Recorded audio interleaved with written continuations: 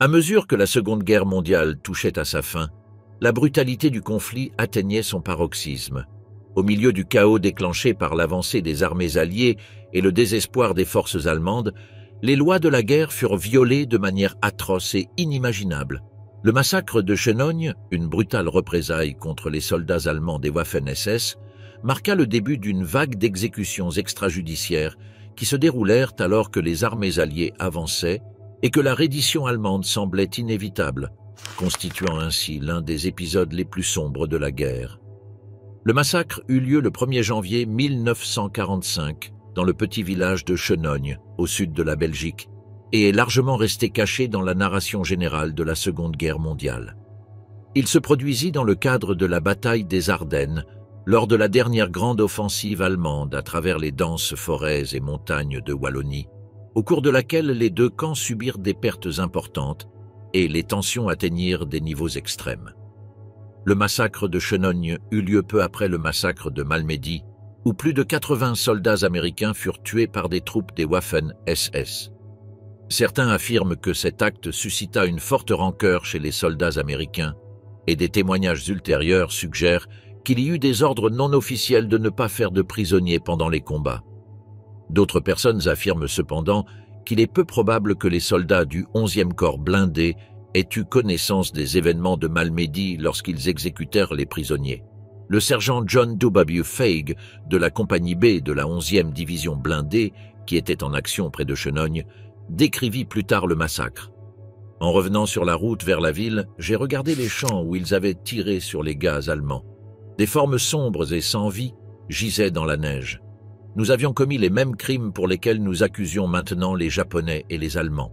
La documentation sur les événements de Chenogne est limitée, et les versions varient.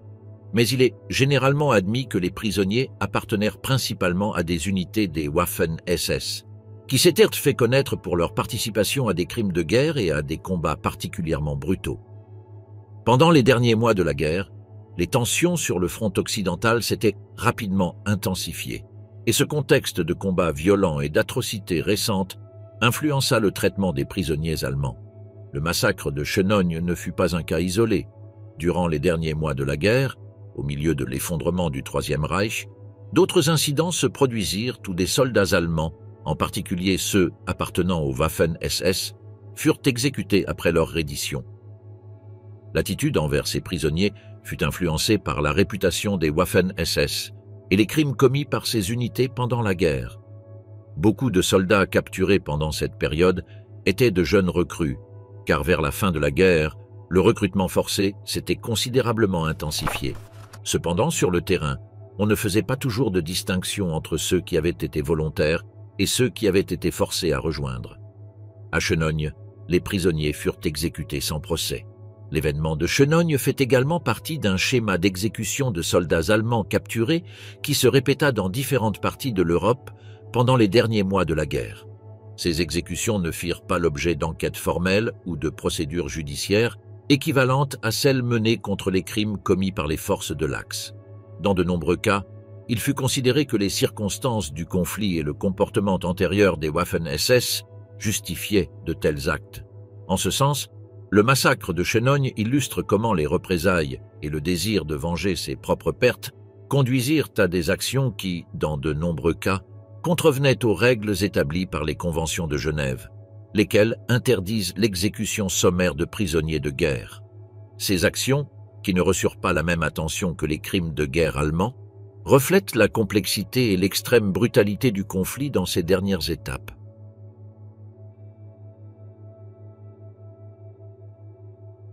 Ousti nad Labem, l'écho de la vengeance. Le massacre d'Ousti nad Labem, qui eut lieu le 31 juillet 1945, est l'un des épisodes les plus sombres et tragiques de l'histoire de la Tchécoslovaquie, où les tensions ethniques et le désir de vengeance après la fin de la Seconde Guerre mondiale conduisirent à une attaque brutale contre la population allemande de la ville. Cet événement est représentatif des émotions intenses et des luttes de pouvoir qui suivirent la guerre, lorsque la politique de l'après-guerre se concentra sur l'expulsion des Allemands de la région des Sudètes et la rétribution pour les crimes commis pendant le conflit. Après la fin de la guerre, le sentiment anti-allemand s'intensifia dans plusieurs parties de l'Europe centrale, y compris en Tchécoslovaquie. Pendant l'occupation nazie, la population allemande avait collaboré avec les forces du Troisième Reich, ce qui engendra un profond ressentiment parmi les Tchèques.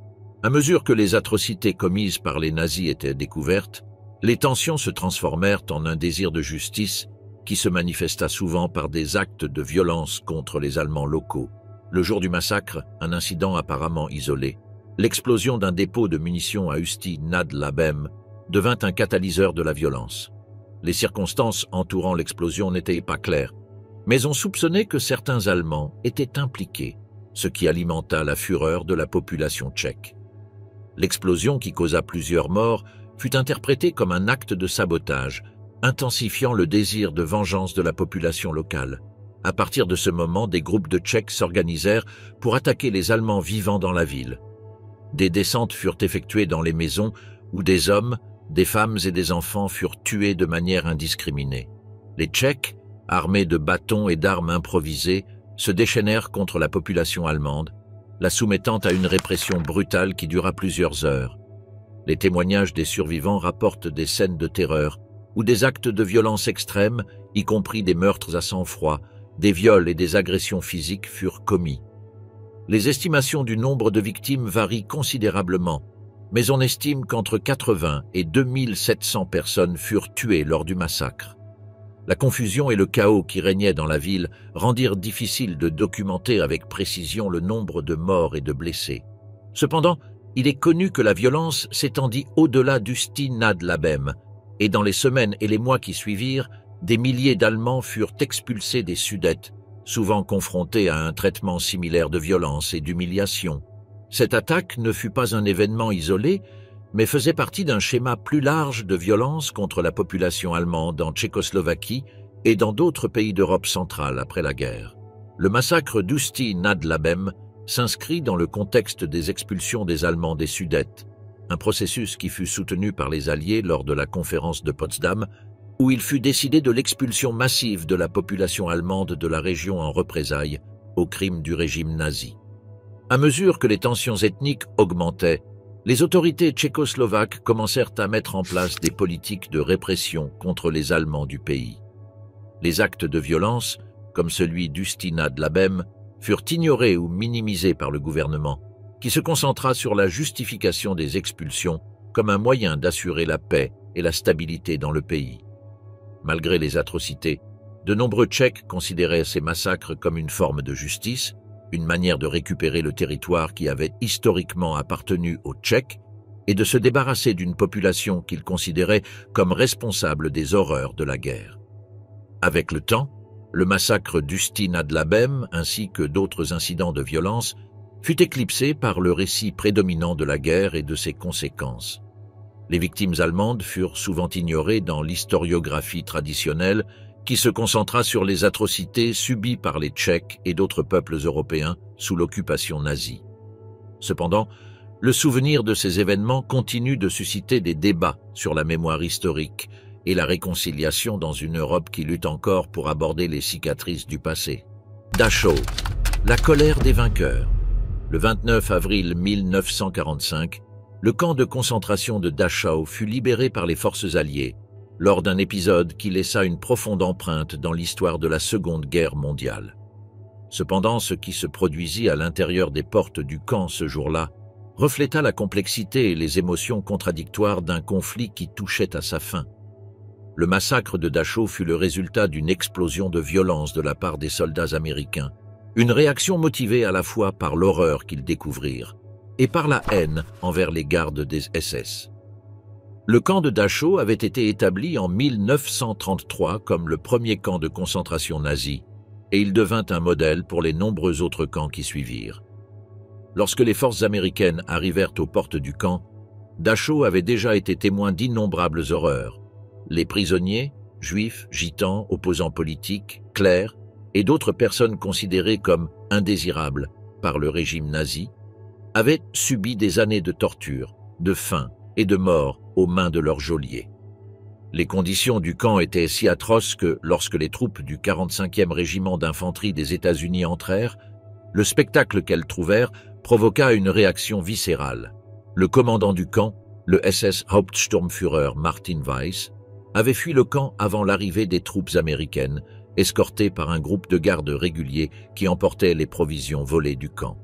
Le SS Untersturmführer Heinrich Wicker resta en charge du camp, avec plus de 500 personnes sous son commandement, parmi lesquelles des détenus et des membres des troupes hongroises. Le 29 avril 1945, Dachau fut remis au général Linden de la 42e division d'infanterie de l'armée des États-Unis. Le général Dwight D. Eisenhower publia un communiqué sur la libération du camp de concentration de Dachau, dans lequel il affirma que 32 000 prisonniers avaient été libérés et 300 soldats des SS neutralisés. Avant que les soldats ne pénètrent dans le camp, ils trouvèrent à l'extérieur 40 wagons remplis de cadavres squelettiques, dans un état avancé de décomposition. En entrant dans le camp, les soldats américains furent confrontés à des images déchirantes, des corps empilés, des survivants émaciés et les preuves d'années d'abus systématiques. Les soldats déclarèrent avoir vu une rangée de structures en ciment avec des salles remplies de centaines de cadavres nus ou à peine vêtus, empilés du sol au plafond, un crématorium à charbon et une chambre à gaz. C'est au milieu de ce scénario de souffrance et de mort que la haine et le désir de vengeance contre les auteurs trouvèrent une expression violente. À mesure que les troupes américaines prirent possession du camp, certains gardes des SS qui n'avaient pas réussi à fuir se rendirent. Néanmoins, la tension se transforma rapidement en représailles brutales.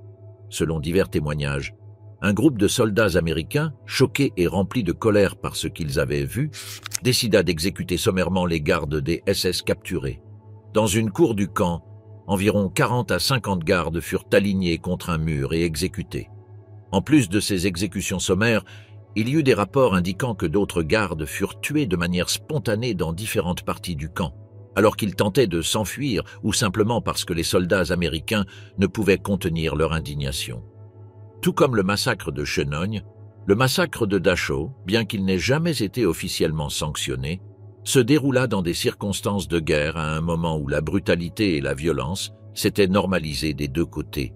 Les forces américaines justifièrent en partie leurs actions en invoquant l'impact émotionnel profond que leur avait causé la vision des crimes commis dans le camp. La haine envers les SS et le choc face à la réalité des camps de concentration furent, sans aucun doute, des facteurs déterminants dans la réaction des soldats. Cependant, les exécutions de Dachau soulèvent des questions sur la frontière entre justice et vengeance en temps de guerre. Bien que les Alliés aient libéré le camp et apporté l'espoir à des milliers de prisonniers, l'utilisation de la violence indiscriminée contre les gardes capturés jeta une ombre sur cet acte libérateur. Les actions des soldats américains ce jour-là furent controversées et certains officiers de haut rang tentèrent d'enquêter sur ce qui s'était passé, bien que dans le contexte de la fin de la guerre, la plupart de ces incidents ne furent pas suivis de sanctions significatives. Le dernier mot, les procès de Dachau. Les procès de Dachau, qui se déroulèrent entre 1945 et 1946, représentèrent un effort significatif pour traduire en justice les responsables de crimes de guerre, crimes contre l'humanité et violations des droits de l'homme commis par des membres des forces armées allemandes et leurs alliés pendant la Seconde Guerre mondiale. À la fin de la guerre en Europe, en mai 1945, les Alliés se retrouvèrent face à la tâche monumentale de juger les responsables des atrocités commises pendant le conflit. Alors que les procès de Nuremberg se concentraient sur les hauts responsables nazis, les procès de Dachau se focalisèrent sur les membres des SS, responsables directs de l'administration des camps de concentration et de l'exécution des prisonniers. Dachau, qui avait été l'un des premiers camps de concentration établis par le régime nazi, était un lieu emblématique de la brutalité et de la souffrance. Derrière ces murs, des milliers de prisonniers furent soumis à des conditions inhumaines, des tortures et des exécutions. Après la libération du camp par les forces américaines en avril 1945, une grande quantité de preuves documentaires et de témoignages sur les horreurs commises là-bas fut découverte, posant ainsi les bases des procès. Les procès de Dachau se concentrèrent sur les violations des droits de l'homme commises dans les camps de concentration. Des accusations de meurtre, de torture, d'abus et d'autres atrocités furent présentées, en particulier en lien avec les conditions inhumaines auxquelles les prisonniers furent confrontés. Au cours des procès, plus de 500 membres des SS et d'autres fonctionnaires furent jugés, avec des cas allant de la responsabilité directe dans les massacres à la complicité dans le système qui permettait ces violations. Le processus judiciaire commença par la collecte de preuves, qui incluait des témoignages de survivants et des documents de l'administration du camp.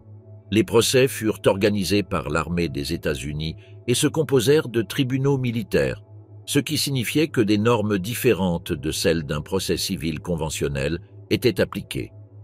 Cet aspect fut critiqué, car de nombreux accusés affirmèrent ne pas avoir reçu un procès équitable et que les procédures étaient trop influencées par les émotions et le désir de vengeance des Alliés.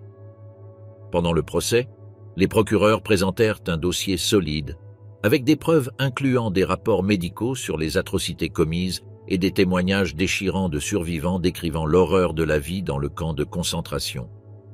Des preuves de torture systématique, d'expériences médicales inhumaines et d'exécutions massives furent présentées. Les documents révélèrent la structure de commandement et le rôle de chaque accusé dans l'exécution des politiques d'extermination. Les procès de Dachau se soldèrent par diverses condamnations, incluant des peines de mort et de longues peines de prison. Les exécutions de certains des accusés furent menées publiquement, avec l'intention d'envoyer un message clair sur la responsabilité des crimes de guerre. Les images de ces exécutions devinrent un symbole du désir de justice dans un monde dévasté par le conflit. Cependant, les procès de Dachau soulevèrent également des questions éthiques et légales sur le respect de la procédure régulière. De nombreux critiques soutinrent que les procès ne respectaient pas les normes de justice internationale et que la recherche de vengeance avait éclipsé le véritable objectif de la justice. En particulier, la rapidité des procès et le manque de garanties procédurales pour les accusés engendrèrent un débat intense sur leur légitimité. Malgré ces critiques, les procès de Dachau furent considérés comme une étape nécessaire vers la responsabilisation des atrocités commises pendant la guerre. En fournissant un forum pour entendre les voix des victimes et punir les auteurs, les procès jouèrent également un rôle crucial dans la création d'un récit historique sur l'Holocauste et les violations des droits de l'homme perpétrées par le régime nazi. Entre ombres, les exécutions des espions des SS dans les forêts des Ardennes. La bataille des Ardennes fut le dernier grand effort militaire du Troisième Reich pour changer le cours de la guerre en sa faveur. À la fin de 1944, les troupes allemandes lancèrent une offensive surprise contre les forces alliées dans les denses forêts de Belgique et du Luxembourg. Au milieu de cette attaque, une opération secrète se développa, enveloppée de mystères et de controverses. La mission d'infiltration de commandos allemands, vêtus d'uniformes alliés, ce qui mena à l'exécution de plusieurs espions des SS. L'opération, connue sous le nom de Opération Greif, fut conçue par le général des SS Otto Skorzeny, qui avait gagné en notoriété pour son rôle dans la libération de Benito Mussolini. La mission consistait à infiltrer des commandos allemands derrière les lignes alliées, déguisés en uniformes américains et conduisant des véhicules capturés. Ces commandos, dont beaucoup avaient été recrutés pour leurs compétences en langue anglaise, devaient semer la confusion parmi les troupes ennemies, modifier les panneaux de signalisation, saboter des ponts et, en général, déstabiliser les communications alliées. Pour les soldats américains, l'idée que des ennemis parlaient leur langue et portaient leurs uniformes devint rapidement une source de paranoïa et de peur. À mesure que l'offensive progressait, plusieurs de ces commandos furent capturés par les forces alliées. Découverts derrière les lignes ennemies et vêtus d'uniformes américains, ils furent considérés comme des espions et, selon les lois de la guerre, passibles de la peine de mort. On raconte que certains prisonniers avouèrent leur participation à l'opération Greif, ce qui conduisit à des jugements sommaires et des exécutions rapides. Ces procès, menés dans la chaleur de la bataille, reflètent la dureté de la guerre et la détermination des Alliés à éliminer toute menace pouvant mettre en danger leurs opérations. L'un des cas les plus connus fut celui d'un groupe de commandos allemands capturés près de Malmedy. Après avoir été interrogés et jugés coupables d'espionnage, ils furent exécutés par un peloton d'exécution. L'exécution de ces commandos eut un effet profond sur les deux camps. Pour les Allemands, la capture et l'exécution de leurs hommes représentèrent un échec de la mission et révélèrent les risques liés à l'utilisation de tactiques de guerre non conventionnelles. Pour les Alliés, ce fut un rappel de la brutalité de l'ennemi et de la nécessité d'agir avec fermeté pour protéger leur position. L'opération de Skorzeny généra également un climat de méfiance parmi les forces alliées. Des rumeurs concernant des commandos allemands infiltrés poussèrent les soldats américains à être extrêmement prudents, allant même jusqu'à arrêter et interroger leurs propres camarades pour s'assurer qu'ils n'étaient pas des imposteurs. Dans certains cas, des officiers de haut rang, comme le général Omar Bradley, furent interrogés par leurs propres hommes, ce qui montre à quel point l'opération Greif réussit à semer le chaos et la confusion dans les lignes alliées, bien qu'elle n'ait pas atteint ses objectifs stratégiques principaux. Cependant, l'ampleur et l'efficacité réelle de l'opération Greif ont fait l'objet de débats parmi les historiens. Bien qu'il soit avéré que les commandos allemands aient réussi un certain degré d'infiltration, beaucoup remettent en question l'importance réelle de l'opération et suggèrent que son impact sur le déroulement de la bataille des Ardennes fut limité. Les exécutions des commandos capturés, bien que réelles, ont souvent été entourées d'une narration qui mêle faits et mythes, amplifiant l'effet de la mission de Skorzeny et contribuant à la légende de l'homme le plus dangereux d'Europe. Un autre élément qui contribue à la controverse entourant ces exécutions est la question de la légalité des jugements sommaires. Bien que les lois de la guerre autorisaient l'exécution des espions capturés, la rapidité avec laquelle ces procès furent menés soulève des questions sur la justice et le respect de la procédure régulière. Dans un contexte de guerre totale, où le temps et les ressources étaient limités, les forces alliées optèrent pour des mesures expéditives pour faire face à la menace représentée par les commandos de Skorzeny. Cependant, ces actes provoquèrent également de vifs débats sur les limites de la justice militaire et sur la façon dont la pression du combat peut conduire à des décisions qui, en temps de paix, seraient jugées inacceptables. Malgré les interrogations et les incertitudes, l'épisode des exécutions des espions des SS dans les Ardennes rappelle les complexités et les dilemmes éthiques inhérents à la guerre. L'opération Greif fut une tentative désespérée de la part des nazis pour inverser la tendance du conflit, et l'utilisation de tactiques d'infiltration et de tromperie montra jusqu'où ils étaient prêts à aller pour atteindre leurs objectifs. En même temps, la réponse des Alliés, qui incluait l'exécution des commandos capturés, témoigne de la détermination des vainqueurs à maintenir le contrôle et à assurer leur sécurité, même au prix de décisions difficiles et moralement ambiguës. Cet épisode illustre comment, en temps de guerre, les frontières entre ce qui est légal et illégal, entre ce qui est juste et injuste, deviennent floues. Les exécutions des espions des SS dans les Ardennes ne furent pas seulement un acte de représailles, mais aussi un signe du désespoir et de la tension qui caractérisèrent la fin du conflit en Europe. L'histoire de ces hommes, envoyés dans une mission périlleuse et exécutés lorsqu'ils furent capturés, est le reflet de la cruauté de la guerre et des décisions extrêmes que tous les camps durent prendre dans leur quête de la victoire. Sous le feu de la résistance, le sombre destin de Helmut Kempf. Helmut Kempf était un commandant des Waffen-SS, connu pour son leadership à la tête du 4e régiment de reconnaissance blindé de la division SS Das Reich. Au cours des dernières années de la Seconde Guerre mondiale, Kempf fut impliqué dans des opérations militaires sur le front de l'Est, et en particulier en France, où sa division participa à des actions incluant des représailles sévères contre la résistance locale. Sa mort, en juin 1944, devint le déclencheur de l'un des événements les plus atroces perpétrés par les troupes allemandes sur le sol français, le massacre d'Oradour-sur-Glane. Alors que se déroulaient les préparatifs pour le jour J, la résistance française intensifia ses activités dans l'ancienne région du Limousin, dans le but de freiner l'avancée des troupes allemandes vers la Normandie. Pendant son séjour dans le sud de la France, Kempf reçut l'ordre de lancer des opérations contre les maquis, des guérilleros opérant dans les zones montagneuses de Bretagne et du sud de la France. Kempf fut capturé le 9 juin 1944, alors qu'il voyageait près de Saint-Léonard-de-Noblat, au sud-est de Limoges, par une unité dirigée par le sergent Jean Canoux, de la brigade du colonel Georges Guingouin, un groupe militant communiste du maquis du Limousin. Le lendemain, Kempf fut brûlé vif devant une petite foule de villageois français qui célébrèrent sa mort. La nouvelle de l'enlèvement de Kempf parvint rapidement à la 2e division Panzer-SS Das Reich, qui se déplaçait alors vers la Normandie.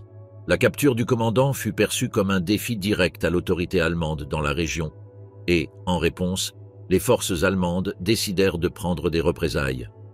Un jour après la capture, le 10 juin 1944, les troupes de la division menèrent une action dévastatrice contre la localité d'Oradour-sur-Glane, en représailles à l'enlèvement de Kempf. Le massacre d'Oradour-sur-Glane se solda par la mort de 642 civils. Les hommes furent séparés et fusillés, tandis que les femmes et les enfants furent enfermés dans l'église du village, qui fut ensuite incendiée. Cet acte fut l'un des pires crimes commis par les troupes allemandes sur le sol français pendant la guerre et fut directement lié à la capture et à l'assassinat de Kempf. Le commandant du 4e régiment de grenadiers Panzer des SS, le SS Standartenführer Sylvester Stadler, ordonna la mise en place d'un conseil de guerre pour discuter et prendre des décisions concernant le massacre. Le SS Sturmbannführer Adolf Dickmann, commandant du 1er bataillon, 4e régiment de grenadiers Panzer des SS et ami personnel de Kempf, fut le principal accusé.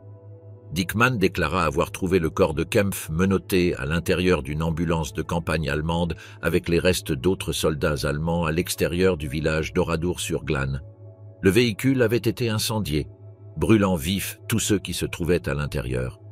Après avoir constaté le sort de son ami, Dickmann ordonna que le village soit détruit. Le SS Brigadeführer Heinz Lammerding, commandant de la division Das Reich, accepta que Dickmann soit jugé devant un conseil de guerre. Cependant, toutes les accusations furent retirées lorsque Dickmann mourut au combat lors de la bataille de Normandie le 29 juin 1944. De cette manière, l'enlèvement et l'assassinat de Helmut Kempf constituent un exemple des tensions extrêmes qui régnaient dans la France occupée vers la fin de la guerre. Les combats entre les forces allemandes et la résistance devenaient de plus en plus intenses, et les actes de violence, y compris les exécutions et les représailles, devinrent courants à mesure que la fin de l'occupation allemande approchait. La division Das Reich, qui avait été déployée en France après avoir combattu sur le front de l'Est, appliqua des méthodes sévères contre la résistance, suivant une politique de répression stricte pour maintenir le contrôle des zones occupées.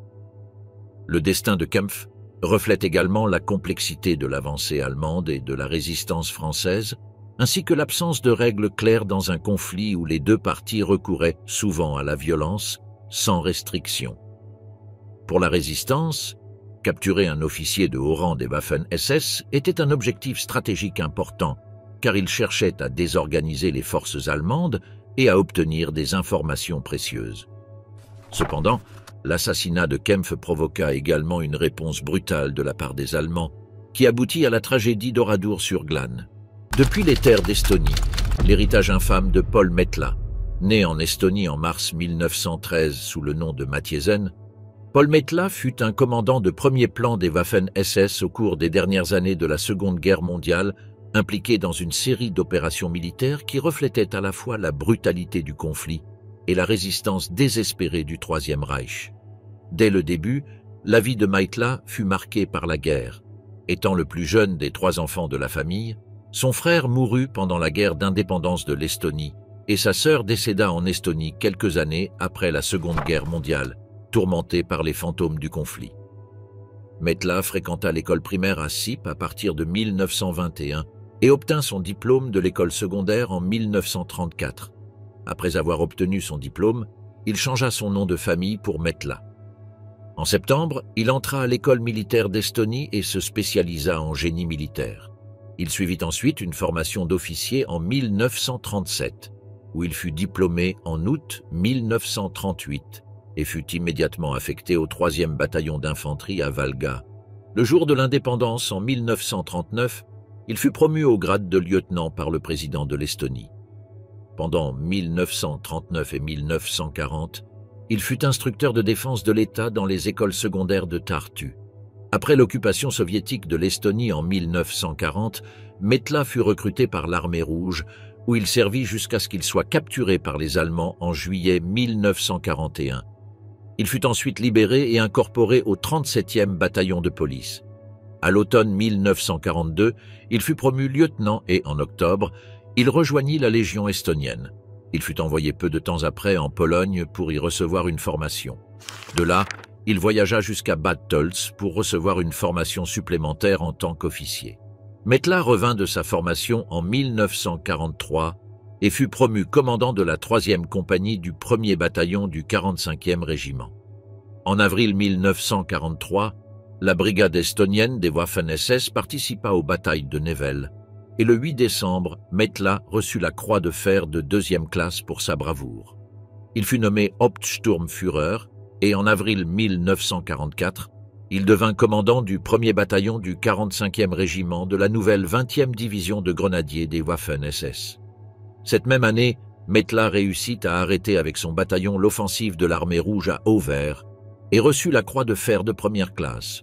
Metla joua un rôle clé dans la bataille des Collines Bleues, un affrontement militaire entre le détachement narrois de l'armée allemande et le front soviétique de Leningrad pour l'isthme de Narva, considéré comme stratégiquement important, qui eut lieu entre fin juillet et début août 1944. L'objectif des forces soviétiques était de récupérer l'Estonie pour envahir ensuite la Finlande et la Prusse orientale. Les forces des Waffen-SS comprenaient 24 bataillons d'infanterie volontaire de la division SS Nordland, de la division SS Langemarck, de la division SS Nederland et de la Légion wallonne. Environ la moitié de l'infanterie était composée de personnel de la 20e division de grenadiers des Waffen-SS. Environ 20 000 Allemands réussirent à contenir plus de 100 000 soldats soviétiques. Grâce à son travail dans les collines, Metla devint l'un des 4 soldats estoniens à recevoir la croix de chevalier de la croix de fer.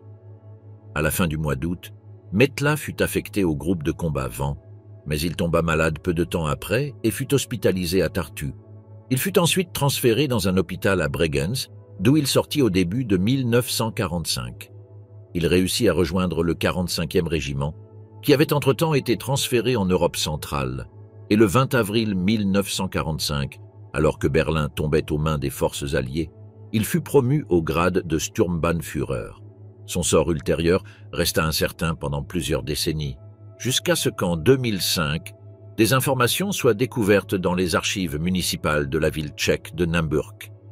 Ces archives démontrent que Metla fut arrêté le 9 mai 1945 et assassiné avec 4 autres soldats estoniens par des communistes tchèques.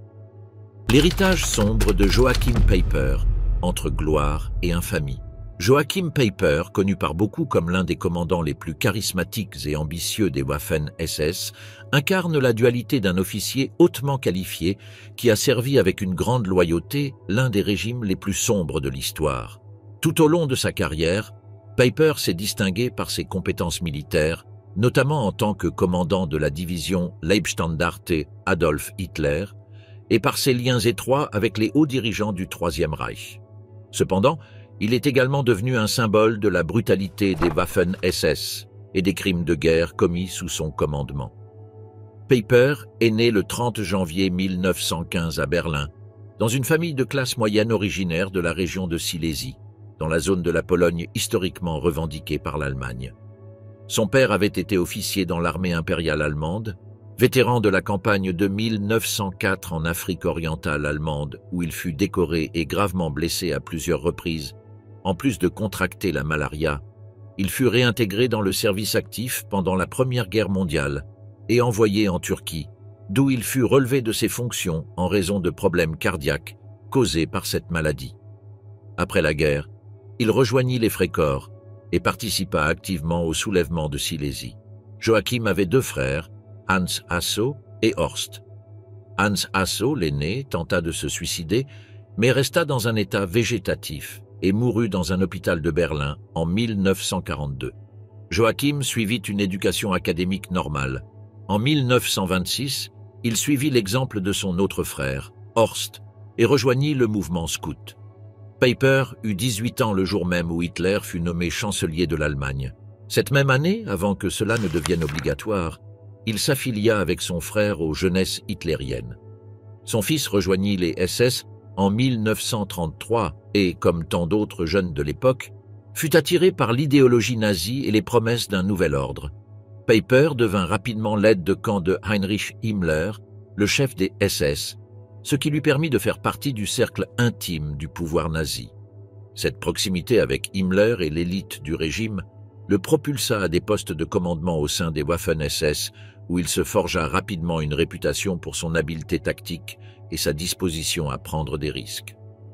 Pendant la Seconde Guerre mondiale, Peiper commanda des unités de combat dans certaines des batailles les plus dures du conflit. Son leadership et son courage furent évidents sur le front de l'Est, où il mena ses hommes dans des affrontements brutaux contre les forces soviétiques. Cependant, c'est lors de l'offensive des Ardennes, en décembre 1944, que son nom devint tristement célèbre. Peiper dirigea le Kampfgruppe Peiper, une unité de fer de lance qui se distingua par son audace et sa rapidité d'avancée, mais aussi par les crimes de guerre commis par ses hommes. L'incident le plus connu impliquant Peiper pendant l'offensive des Ardennes fut le massacre de Malmedy. Le 17 décembre 1944, des soldats américains capturés furent alignés et exécutés sommairement par les troupes sous le commandement de Peiper. Cet acte de brutalité, qui violait toutes les conventions de guerre, devint l'un des crimes les plus notoires commis par les Waffen-SS sur le front occidental. Peiper affirma toujours qu'il n'avait pas ordonné l'exécution des prisonniers, mais en tant que commandant, il fut considéré responsable des actions de ses hommes. Après la fin de la guerre, Peiper fut capturé par les forces alliées et jugé devant le tribunal militaire de Dachau. En 1946, il fut condamné à mort pour sa participation au massacre de Malmedy avec d'autres officiers SS. Cependant, en raison d'irrégularités dans le processus judiciaire et de la montée des tensions de la guerre froide, la peine de mort fut commuée en réclusion à perpétuité, puis réduite encore davantage. En 1956, Peiper fut libéré après avoir purgé un peu plus d'une décennie de prison. Une fois libre, Peiper tenta de mener une vie discrète et de se détacher de son passé. Il s'installa en France, où il vécut avec sa femme, et tenta de reconstruire sa vie dans la tranquillité de la campagne. Cependant, la figure de Peiper resta toujours controversée, et son passé de commandant SS ne fut jamais oublié par ceux qui avaient souffert sous le régime nazi. En 1976, son identité fut découverte par des militants antifascistes, et le 14 juillet de cette année-là, sa maison fut attaquée et incendiée. Joachim Peiper mourut dans l'incendie, et sa mort fut vue par certains comme une justice tardive pour les crimes commis sous son commandement. Sa mort, en définitive, illustre la grande complexité de nombreux événements qui eurent lieu pendant la Seconde Guerre mondiale. Prisonniers de l'Est, l'enfer soviétique pour les soldats des Waffen-SS. Pour les soldats des Waffen-SS capturés par l'armée rouge, la reddition ne signifia pas la fin du combat, mais le début d'un cauchemar de souffrance et de rétribution. La Seconde Guerre mondiale fut un conflit d'une brutalité sans précédent, et aucun autre front ne fut plus impitoyable que le front de l'Est. Là, les soldats allemands, en particulier ceux des Waffen-SS, affrontaient la haine viscérale d'un ennemi qui avait subi la dévastation de l'invasion nazie. Pour les soviétiques, les Waffen-SS n'étaient pas seulement des soldats, mais le bras exécutif des crimes les plus atroces commis contre leur peuple. La capture de ces hommes signifiait souvent une sentence de mort, ou dans le meilleur des cas, un destin de travail forcé jusqu'à l'épuisement.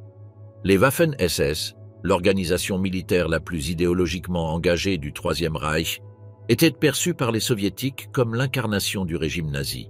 Leur rôle dans les opérations de représailles, de nettoyage ethnique et de crimes de guerre en Europe de l'Est leur avait conféré une réputation particulièrement sinistre. Ainsi, lorsque les soldats SS tombaient entre les mains de l'armée rouge, le traitement qu'ils recevaient était généralement extrêmement sévère. De nombreux prisonniers furent exécutés sommairement sur le champ de bataille, surtout s'ils étaient identifiés comme membres des SS.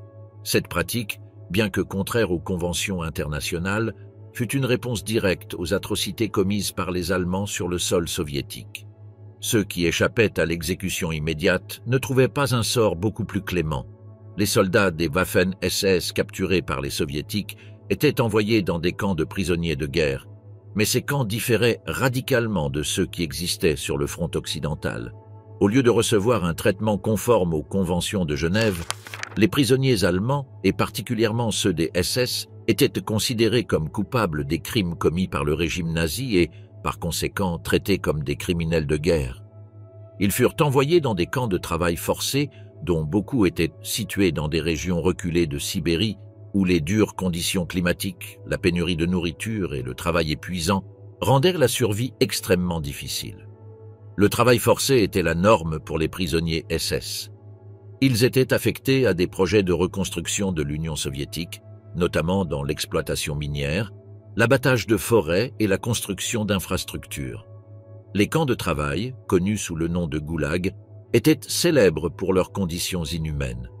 Le froid extrême, le manque de vêtements appropriés et la malnutrition chronique faisaient que de nombreux prisonniers ne survivaient pas plus de quelques mois. Pour les soviétiques, ces hommes ne méritaient aucune compassion.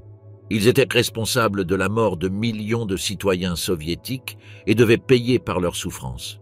Les taux de mortalité dans les camps étaient extrêmement élevés, et l'hiver sibérien devint un ennemi aussi mortel que n'importe quelle armée. Les soldats des Waffen-SS furent également soumis à une rééducation politique. Les autorités soviétiques tentèrent, bien que sans grand succès, de dénazifier les prisonniers, en les soumettant à la propagande communiste et en les obligeant à assister à des séances d'endoctrinement.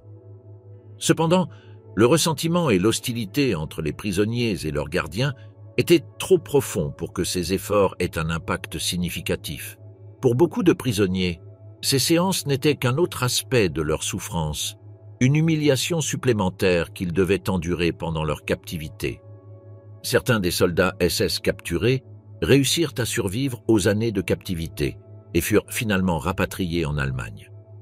Cependant, cela n'arriva que bien après les années 1950, longtemps après la fin de la guerre. Le rapatriement des prisonniers allemands fut un processus long et compliqué, conditionné par la situation politique de la guerre froide. Les derniers prisonniers allemands ne retournèrent chez eux qu'en 1955, après des négociations entre la République fédérale d'Allemagne et l'Union soviétique. Pour ceux qui avaient survécu à une décennie de travail forcé, le retour fut un soulagement, mais aussi un rappel de tout ce qu'ils avaient perdu. Des années de leur vie, leur santé et, dans de nombreux cas, l'espoir d'un avenir normal. Le destin des soldats des Waffen-SS en captivité soviétique est l'une des nombreuses facettes sombres de l'après-guerre. Dans un contexte où les atrocités commises par les deux camps avaient déshumanisé les combattants, le traitement des prisonniers de guerre reflétait la haine et le désir de vengeance qui prévalaient à la fin du conflit. Les soldats des Waffen-SS, en tant que bras armés de l'appareil nazi, payèrent le prix des crimes de leur régime, et pour beaucoup d'entre eux, le prix fut leur vie. La plupart ne revinrent jamais en Allemagne, et ceux qui le firent retournèrent dans une patrie qui n'existait plus comme ils l'avaient connue, une patrie divisée et marquée par la défaite. Cet épisode illustre comment la fin de la guerre n'apporta pas la paix pour tous. Pour les soldats des Waffen-SS capturés par les soviétiques, la reddition signifiait une nouvelle forme de lutte. Une lutte pour survivre dans les goulags, pour maintenir un sens de l'humanité au milieu de la souffrance et pour supporter les conséquences d'un conflit qu'ils avaient eux-mêmes contribué à déclencher. Leurs histoires, bien que moins connues, font partie de l'héritage complexe de la Seconde Guerre mondiale, un héritage de violence, de rétribution et des dures réalités de la justice en temps de guerre. Malmedy, entre le droit et la vengeance. Les procès de Malmedy, qui se sont déroulés en 1946, ont représenté l'un des épisodes les plus controversés de l'histoire de la justice militaire après la Seconde Guerre mondiale. Ces procès se sont concentrés sur les crimes de guerre commis par des soldats allemands pendant la bataille des Ardennes et en particulier sur le massacre de 84 prisonniers de guerre américains par les troupes des Waffen-SS en décembre 1944. Ce cas emblématique a non seulement soulevé des questions sur la responsabilité individuelle dans le contexte de la guerre, mais a également généré un débat sur la légitimité et la portée des procès militaires dans un monde en quête de justice. Le 17 décembre 1944, lors de l'offensive allemande dans les Ardennes, connue sous le nom de bataille des Ardennes, un groupe de soldats américains qui s'était rendu a été capturé par les troupes des Waffen-SS. Dans un acte de brutalité, ces prisonniers ont été conduits dans un champ ouvert dans la localité de Malmedy, où ils ont été abattus dans une tentative d'éliminer les témoins des opérations allemandes. Le massacre, qui a entraîné la mort de 84 soldats américains, est devenu un symbole de la brutalité de la guerre et en particulier des crimes de guerre perpétrés par les forces nazies. À mesure que la guerre touchait à sa fin, les puissances alliées ont commencé à aborder la nécessité de traduire en justice les responsables de ces crimes. Dans ce contexte, le procès de Malmedy a eu lieu, au cours duquel 73 membres des Waffen-SS, y compris Peiper, ont été accusés de meurtre, de crimes de guerre et de violation des lois de la guerre. Les procès se sont déroulés dans une atmosphère chargée d'émotions, où la recherche de justice s'entremêlait aux besoins de vengeance pour les crimes commis pendant le conflit. Le procès a commencé le 16 décembre 1945 et s'est poursuivi jusqu'en mai 1946. Pendant cette période, des preuves, des témoignages et des déclarations des survivants du massacre de Malmedy ont été présentés. Les procureurs ont soutenu que les actions des troupes allemandes constituaient des crimes de guerre, tandis que la défense affirmait que les accusés avaient agi sous des ordres directs et dans le contexte d'une guerre chaotique. Cependant, le tribunal n'a pas été réceptif à ces arguments, et la plupart des accusés ont été déclarés coupables. Le résultat des procès de Malmedy a été la condamnation à mort de 43 accusés, bien que certaines de ces peines aient été ultérieurement commuées en réclusion à perpétuité. Ce résultat a généré une controverse et un débat sur l'impartialité des procès et la validité des accusations. De nombreux critiques ont affirmé que les procès étaient motivés par un désir de vengeance et que les conditions de la guerre avaient conduit à une situation où les soldats allemands avaient agi de manière irrationnelle, compliquant ainsi la question de la responsabilité individuelle.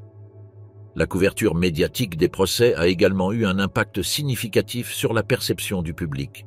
Les images des accusés et les descriptions des crimes perpétrés à Malmedy ont alimenté la narration de la brutalité allemande pendant la guerre, mais ont également soulevé des questions sur la nature de la justice dans un contexte de guerre. À mesure que le procès avançait, il devenait évident que l'affaire de Malmedy était plus qu'un simple procès pour crimes de guerre. Elle représentait un symbole du processus de reconstruction de l'Europe et de la recherche d'un ordre mondial fondé sur le respect des droits de l'homme. Les procès de Malmedy ont établi un précédent important dans l'histoire de la justice internationale et du traitement des crimes de guerre. Ce cas a mis en lumière la complexité de juger des individus dans le contexte d'un conflit massif et les difficultés inhérentes à l'application des lois de la guerre. Bien qu'une certaine justice ait été rendue aux victimes, les controverses entourant le processus et la perception d'une vengeance plutôt que d'une justice ont laissé un héritage qui perdure jusqu'à aujourd'hui. En résumé, les procès de Malmedy sont devenus un jalon dans l'histoire des procès pour crimes de guerre, révélant les tensions entre justice, politique et mémoire collective. Bien que l'on cherchait à rendre justice pour les crimes commis, les leçons tirées de ce processus continuent de résonner dans les débats actuels sur la justice internationale et la responsabilité dans le contexte des conflits armés. Pour de nombreuses personnes, la lutte pour équilibrer le désir de vengeance avec la nécessité de justice reste un défi au milieu de la quête d'un avenir où les crimes de guerre seront traités avec le sérieux qu'ils méritent. Le prix de la défaite, les Waffen-SS au crépuscule du Troisième Reich. La fin de la Seconde Guerre mondiale a apporté une combinaison de sentiments mitigés allant de la célébration de la victoire à un profond désir de justice et, dans certains cas, de vengeance. Les exécutions de soldats des Waffen-SS furent des événements chargés de symbolisme et d'émotion, reflétant à la fois la brutalité du conflit et les complexités de la justice en temps de guerre. À mesure que les armées alliées avançaient et que l'effondrement du Troisième Reich devenait imminent, les forces de l'Axe faisaient face à une défaite qui impliquait non seulement la perte du pouvoir, mais aussi l'exposition des crimes commis sous le régime nazi.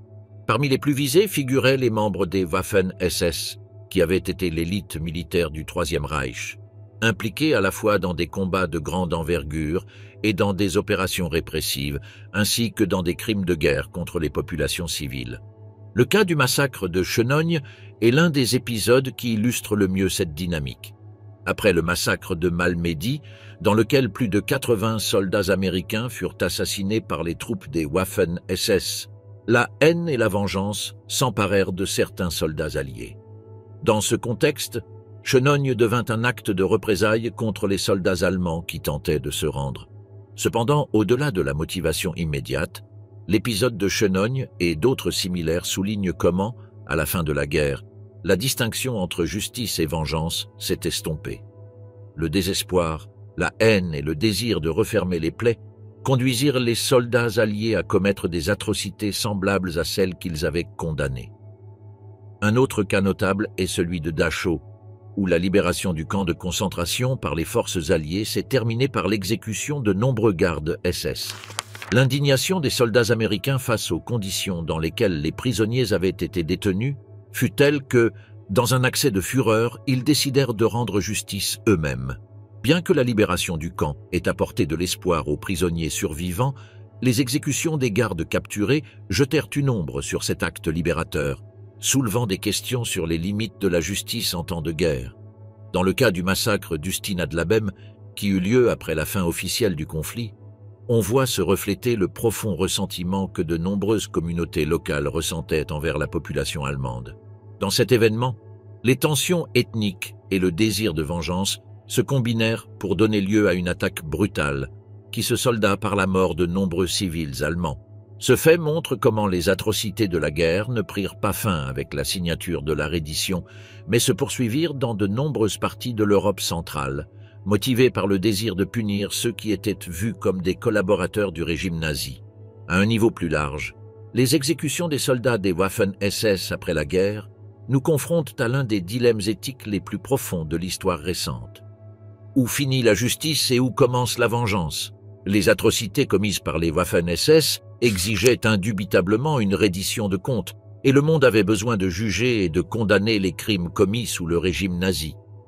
Cependant, nombre de ces procès ne se déroulèrent pas dans des tribunaux avec des procédures équitables, et les exécutions extrajudiciaires démontrèrent que le sentiment de vengeance prévalut souvent sur le désir de rendre justice selon les normes du droit international. Les procès de Dachau et de Malmedy sont représentatifs de cette réalité. Bien que ces tribunaux aient été une tentative des Alliés de créer un précédent pour juger les crimes de guerre, les irrégularités des procédures judiciaires et la perception que certains accusés n'ont pas bénéficié d'un procès équitable soulèvent de sérieuses interrogations sur la véritable nature de ces procès. Les exécutions publiques de certains condamnés reflètent également la tension entre la justice et le désir d'envoyer un message clair sur la responsabilité des crimes commis. De même, les exécutions sommaires de commandos allemands lors de l'opération Greif montrent comment la peur et la méfiance ont conduit à des décisions extrêmes de la part des Alliés. L'utilisation par les nazis de tactiques d'infiltration et de tromperie créa un climat de paranoïa qui, dans de nombreux cas, se termina par l'exécution de soldats allemands sans procédure régulière. Cela souligne une fois de plus la fine ligne qui sépare l'accomplissement du devoir militaire de la violation des droits fondamentaux des prisonniers de guerre. En fin de compte, les exécutions des soldats des Waffen-SS après la guerre ont conduit beaucoup de personnes à réfléchir sur la capacité de l'être humain à rendre justice de manière impartiale, même au milieu de la douleur et de la colère. La Seconde Guerre mondiale fut un conflit qui laissa des cicatrices profondes dans le monde, et la quête de justice pour les victimes des atrocités nazies fut, sans aucun doute, une nécessité impérieuse. Cependant, les méthodes employées pour rendre cette justice furent, dans bien des cas, marquées par les mêmes ombres de haine et de violence qui avaient caractérisé le conflit. L'héritage de ces événements est complexe. D'une part, les Alliés réussirent à établir un cadre pour juger les crimes de guerre et poser les bases du développement de la justice internationale. D'autre part, les excès commis au nom de la justice devaient également être pour beaucoup reconnus et condamnés.